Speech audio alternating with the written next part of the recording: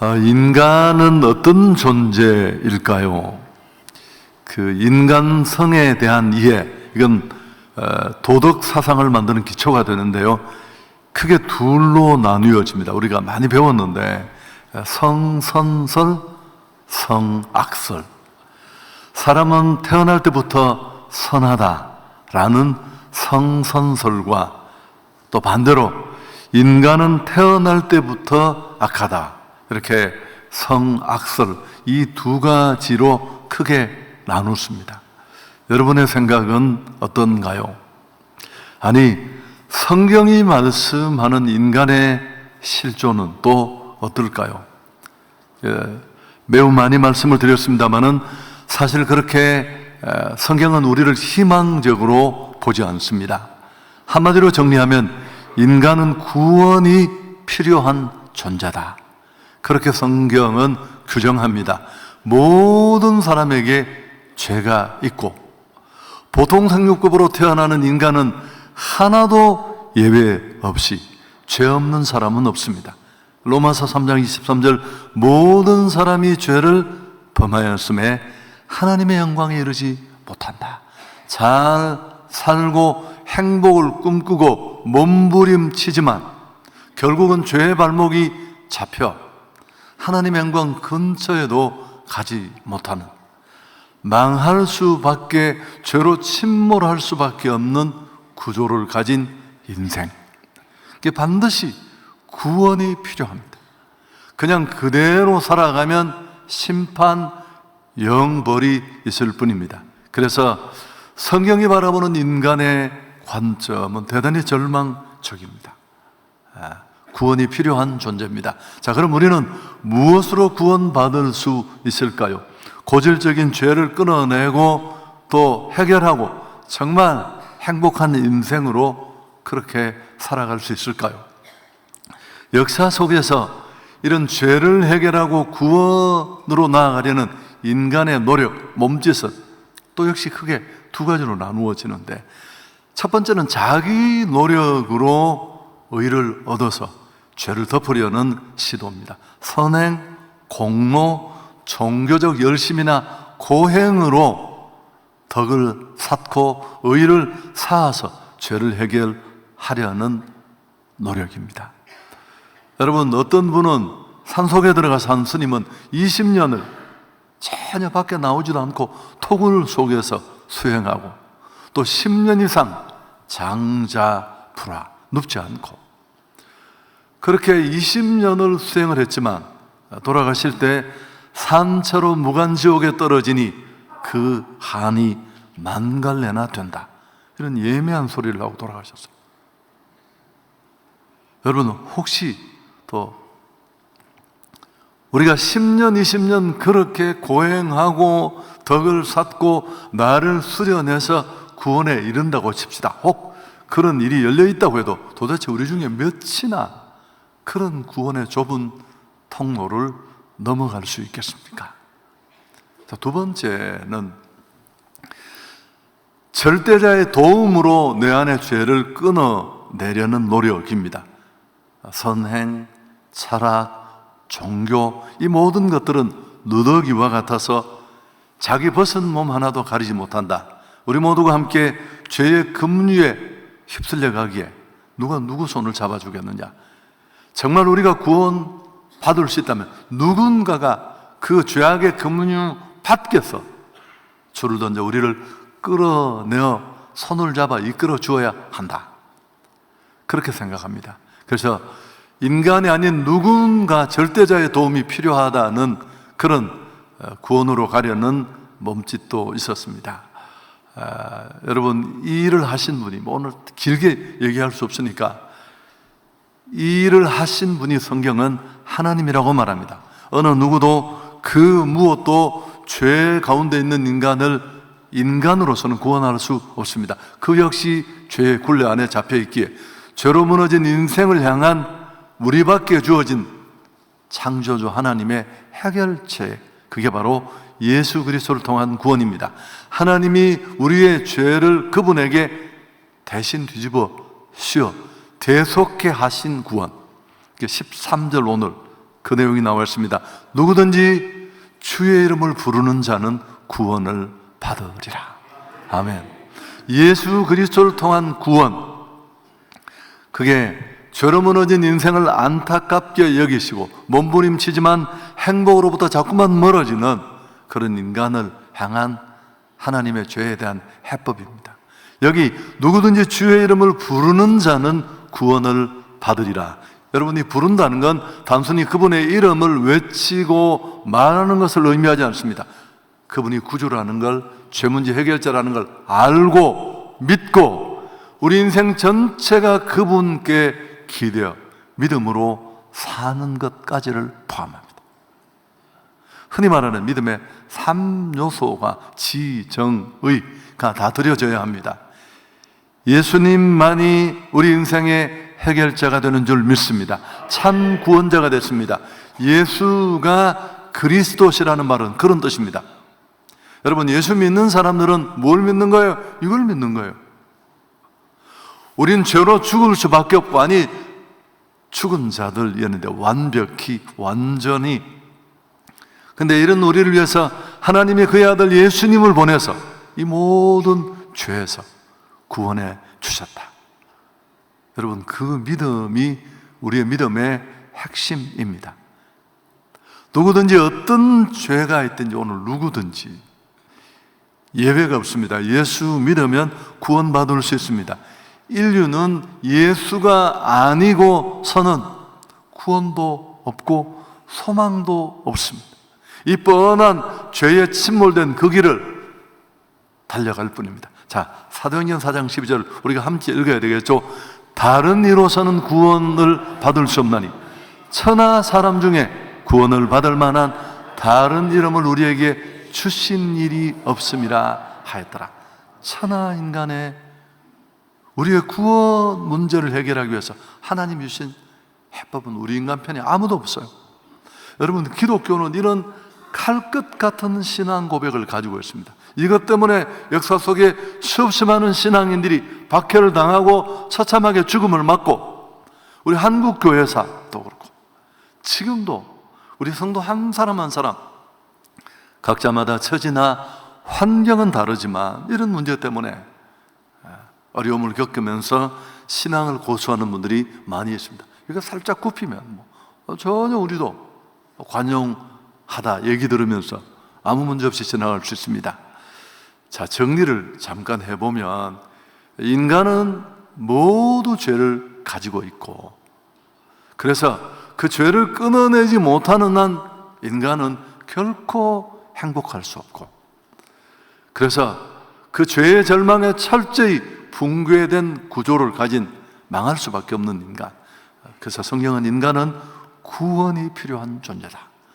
그런데 우리 편에서 이 절망적인 죄의 문제를 해결할 길은 전혀 없는데 하나님이 이 문제를 우리 밖에서 해결해 주셨습니다. 그 길이 자기 아들 예수님을 보내서 우리 대신 그 죄를 뒤집어 쓰고 십자가에 죽게 하시고, 우린 그 사실을 믿음으로 죄를 해결하고 대속을 통해 씻고 청산하고 구원받는 것입니다. 인생은 이 예수를 믿음으로 자기 죄를 해결할 수 있습니다. 그때 비로소 행복한 인생이 될 수 있습니다.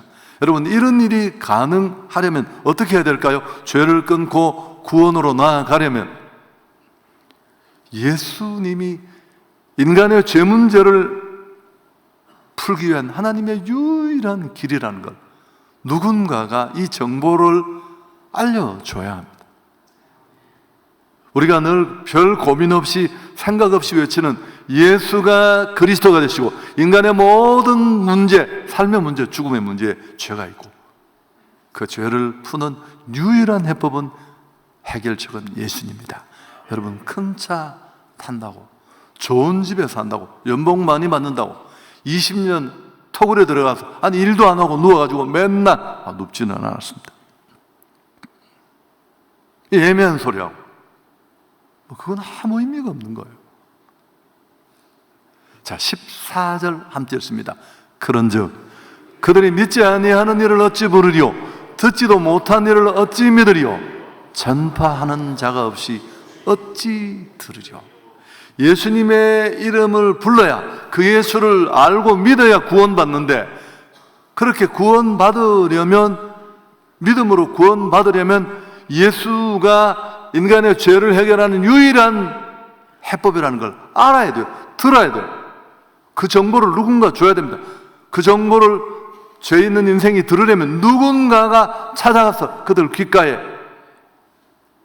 예수가 죄 문제를 해결하는 유일한 해법이라는 것을 전해야 할 줄 믿습니다. 여러분, 이건 깨트릴 수 없는 구조예요. 어둠 속에 살아가는 무지한 그들에게 산다고 말하지만 사는 게 아니잖아요.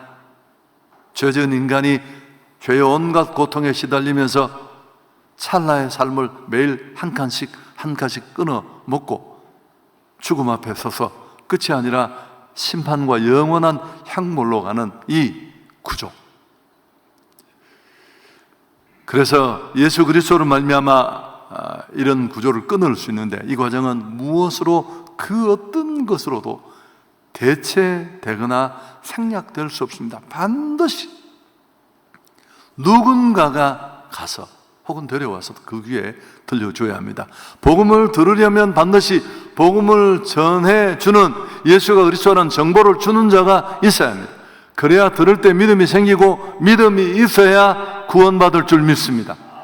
그분이 그냥 우리 인간이 살짝 기대하고 의지하고 심리적으로 위안받는 그런 종교의 교주가 아니라 우리 안에 절대적인 그 절망을 만든, 죄를 끊어내는 유일한 분이라는 것. 따라서 여러분, 복음을 전하는 이 정보를 주는 자가 얼마나 중요합니까? 15절 같이 읽습니다. 보내심을 받지 아니하였으면 어찌 전파리요? 기록된 바 아름답도다. 좋은 소식을 전하는 자들의 발휘함과 같으니라. 어떤 교회, 어떤 성도가 가장 아름다울까요? 여러분, 바로 여기 있습니다.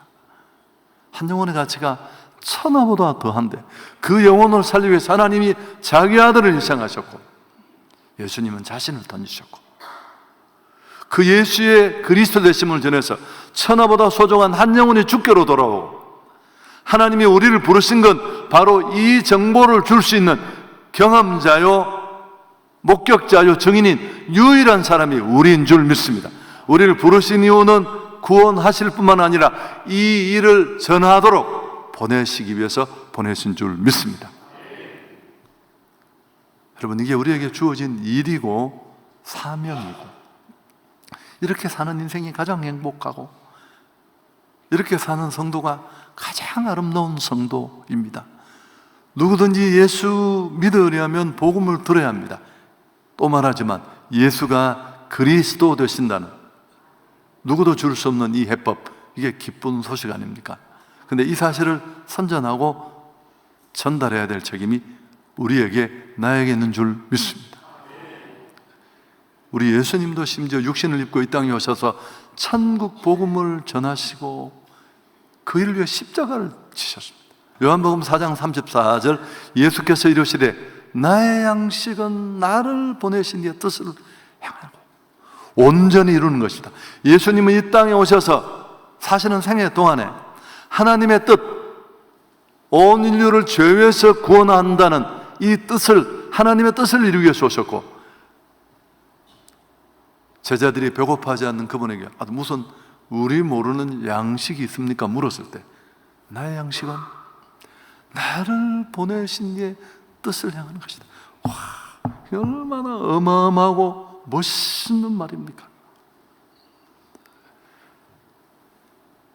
나의 양식은 나를 보내신 이의 뜻을 향하며 그 일을 온전히 이루는 것이다. 그리고 마침내 빌립보서 2장 8절에 보면 사람의 모양으로 오셔서 죽기까지 이 뜻을 이루기 위해서 복종하셨고 십자가에 죽으셨습니다. 말로만 막 하늘에서 매일 보내고 너희들 오른쪽으로 피하고 왼쪽으로 피하고 좀 안심해. 여러분, 그런 게 아니라 제자가 뭐예요? 그분이 사셨던 삶, 그 삶을 내 모토로 받아들이고, 그게 제자잖아요. 예수님은 한 번도 자기 사명을 망각하신 적이 없었습니다. 이르시되 우리가 다른 가까운 마을들로 가자. 거기서도 전도하리니 내가 이를 위하여 하다. 제가만 인용하는 구절이죠. 예수님이 병자 고치고 귀신 쫓아내고 하니까 온 동네가 발칵 슈퍼스타 예수에게 뒤집어져서 대접하고 여기 좀 머무르다 가라는 그 괜찮은 분위기, 그런 자리에 그분은 단호히 그 인간적인 만류를 뿌리치고 다음 스케줄을 향해 가면서 외친 말입니다. 우리가 다른 가까운 마을들로 가자. 거기서도 전도하리. 그 전도를 너무 우린 시시하자. 그건 막 담임 목사가 설교도 별로 못하고 교회도 그저 그렇고 사람이 올 확률도 별로 없는 그런 자가 발전이 안 되는 교회가 막 성도들을 목조아서 밖에 내보내서 교회 가자 그런 치사한 일, 민폐 끼치는 일. 아니요, 잘 그렇지 않습니다. 여러분, 교회가 뭘 하는 것인지 모르고 전도를 프로그램으로 알고 선교를 그저 행사 정도로 하는 그들이 부끄러워해야 돼요. 복음의 능력을 모르는, 교회의 영광을 모르는. 실제로 우리 예수님은 온 갈릴리를 다니고 회당을 누비셨습니다. 갈릴리는 가보면 넓은 지역이 아니지만 당시 교통수단이 도보밖에 없었습니다. 쉬운 일이 아니었고 요세푸스의 기록에 의하면 갈릴리에는 204개의 도시와 마을이 있었는데 그 도시 전체 15,000명 정도의 사람이 살고 있었습니다. 주님은 이 마을을 두루두루 순회하며 복음을 전했습니다. 전도했습니다. 매일 2마을씩 돌아도 3개월이 더 걸리는, 한 바퀴를 돌려면 굉장히 벅찬 일이었습니다. 여러분, 그리고 그 복음이 바울을 통해 소아시아와 유럽에 전해졌고 영국에 마침내 전해졌고 메이플라워를 탄 사람들을 통해 신대륙에 도착한 창교도들에 의해서 미국의 복음이 전해졌고, 여러분, 미국에 건너간 그 복음이 미국 잘 먹고 잘 살고 끝난 게 아니라 1885년 4월 5일 부활절 아침 이 감리교 장로교 2 선교사가 죽음을 각오하고 조선 땅에 들어와서 예수가 그리스도라는 복음을 전해, 여러분, 정동교회, 세문안교회 다 그렇게 세워진 교회예요. 오늘 그 구원이 내게까지 이른 줄 믿습니다. 여러분, 전했기에 그 복음이 여기까지 온 거예요. 지금도 세계 선교는 하나님의 나라는 그렇게 이루어집니다. 이제 우리가 가야 합니다. 왜? 하나님은 보내시려고 나를 부르셨습니다. 자, 모든 인생은 정리합니다. 예수로 구원을 받는다. 여러분, 이건 외에 다른 길이 없습니다. 우리도 뭐 같이 모여서 종교 통합 운운하면서 다 같이 차 마시고 얘기하고 사회 구원을 이야기할 수 있지만 성경이 그런 구원을 말하지 않아요. 천하인간의 구원을 얻을 만한 다른 이름을 주신 적이 없다. 여러분, 사실은 우리보다 사단이 이를 더 잘 알아요. 복음이 들려지면 과거에 내가 묶인 데서 결박해서 풀려났듯이 그들이 또 귀가 열리고 눈이 열리고 그리스도를 바라보면 자유케 될 테고, 그럼 결국 졸개 하나를 놓쳐버리고 믿음이 만들어지는 곳에, 예수의 이름이 울려 퍼지는 곳에 그는 발붙일 곳이 없습니다. 수단 방법을 다 동원해서 이걸 막으려고 하죠. 악을 쓰고 달려듭니다. 이 세상 신이 믿지 않는 자들의 마음을 혼미케 하여 복음의 영광의 광채가 비치지 못하게 한다. 여러분, 우리가 얼마나 기도하며 일을 해야 하는지를 알 수 있습니다. 정리하겠습니다. 여러분, 성경적인 인생과는 그렇게 희망적이지 않아요. 죄로 무너져 만신창이가 되고 태어나면서 가지고 난 그 죄, 그게 씨가 되고 수많은 죄를 지어서 정말 망할 수밖에 없는 인생, 아무리 꿈꾸고 애쓰지만 근데 이런 죄를 가리고 구원 얻으려면 복음이 필요한 줄 믿습니다. 예수가 그리스도라는 것, 죄로 무너진 인생을 구원할 수 있는 해법은 예수님이라는 것. 저주와 죽음과 고통에서 벗어나 행복하려면 믿음이 필요하고, 그러려면 복음을 들어야 되고, 그 복음을 전해주는 자가 있어야 합니다.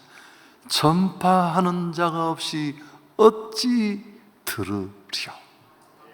여러분, 우리가 오늘 읽은 이 구절을 조금 뒤로 몇 줄만 내려오면 이제 들음의 중요성을 말하는 유명한 구절이 로마서 10장 17절에는 오늘 우리가 15장까지 읽었는데, 자 17절 함께 읽습니다. 그러므로 믿음은 들음에서 나며 들음은 그리스도의 말씀으로 말미암았느니라.